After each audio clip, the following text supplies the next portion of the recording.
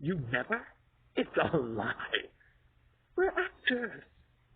We pledged our identities, secure in the conventions of our dream that someone would be watching.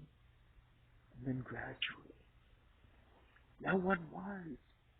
We were caught high and dry. It was not until the murderer's long soliloquy that we were able to look around, frozen as we were in profile. Our eyes searched you out, first confidently, then hesitantly, then desperately, as each patch of turf, each log, every exposed corner in every direction proved uninhabited. And all the while the murderous king addressed the horizon with his dreary, interminable gaze. Our heads began to move, wary as lizards.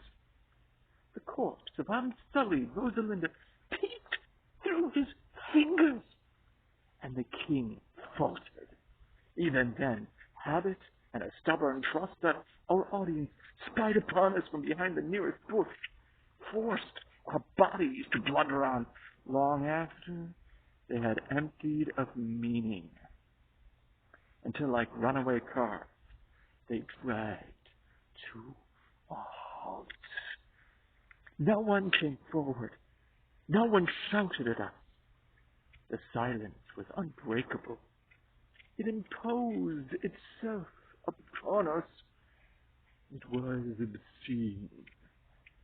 We took off our crowns and swords and cloth of gold and moved silent on the road to Elsinore.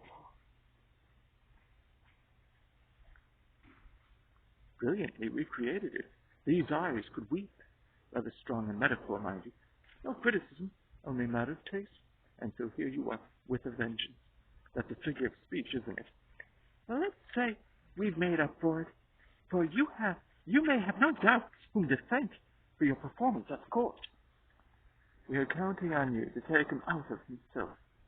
You are the pleasures which we draw on him onto. And by that I don't mean your usual filth. You can't treat royalty like people with normal perverted desires. They know nothing of that, and you know nothing of them, and you're to your mutual survival. So give him a good, clean show suitable for all the family, or you can rest assured you'll be playing the tavern tonight, or the night after, or not. We already have an entry here, and always have had. You've played for him before? Yes, sir. And what's his bent? Classical? Profane. But where are you playing? The Murder of Gonzaga, full of fine cadence and corpses, pirated from the Italian. What is it about? It's about a king and queen. Escapism. What else? Blood. Love and rhetoric. Yes. Where are you going? I can come and go as I please. You're evidently a man who knows his way around. I've been here before. We're still finding our feet. I should concentrate on not losing your head. You speak from knowledge? Precedent. You've been here before, and I know which way the wind is blowing. Operating on two levels, are we? How clever. I expect it comes naturally to you, being in the business, so to speak. The truth is, we value your company. For want of any other, we have been left so much to our own devices. After a while, one welcomes the uncertainty of being left to other people. Uncertainty is the normal state. You're nobody special. But for God's sake, what are we supposed to do? Relax? Respond? That's what people do. You can't go through life questioning your situation at every turn. But we don't know what's going on or what to do with ourselves. We don't know how to act. Act natural. You know why you're here, at least. We only know what we're told, and that's little enough, and for all we know, it isn't even true. For all anyone knows, nothing is. Everyone has to be taken on trust. Truth is only that which is taken to be true. It's the currency of living. There may be nothing behind it, but it doesn't make any difference so long as it is honored. One acts on assumptions. What do you assume? Hamlet is not himself, outside or in. You have to glean what affects him. He doesn't give much away. Who does nowadays?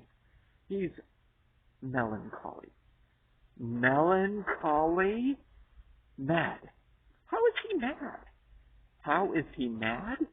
More morose than that, perhaps. Melancholy. Moody. He has moods. Or of moroseness, madness, and yet quite. For instance, he talks to himself, which might be madness. If he didn't talk sense, which he does, which suggests the opposite of what? I think I have it. A man talking sense to himself is no madder than a man talking nonsense not to himself, or just as mad, or just as mad. And he does both. So there you are, stark, raving, sane. Why? Why? Exactly why? Exactly why? Exactly why? What? Why exactly? Why is he mad? I don't know. The old man thinks he's in love with his daughter. Good God. We're out of our depth here. No. He hasn't got a daughter. The old man thinks he's in love with his daughter. The old man is? Hamlet. In love with the old man's daughter. The old man thinks. Ha!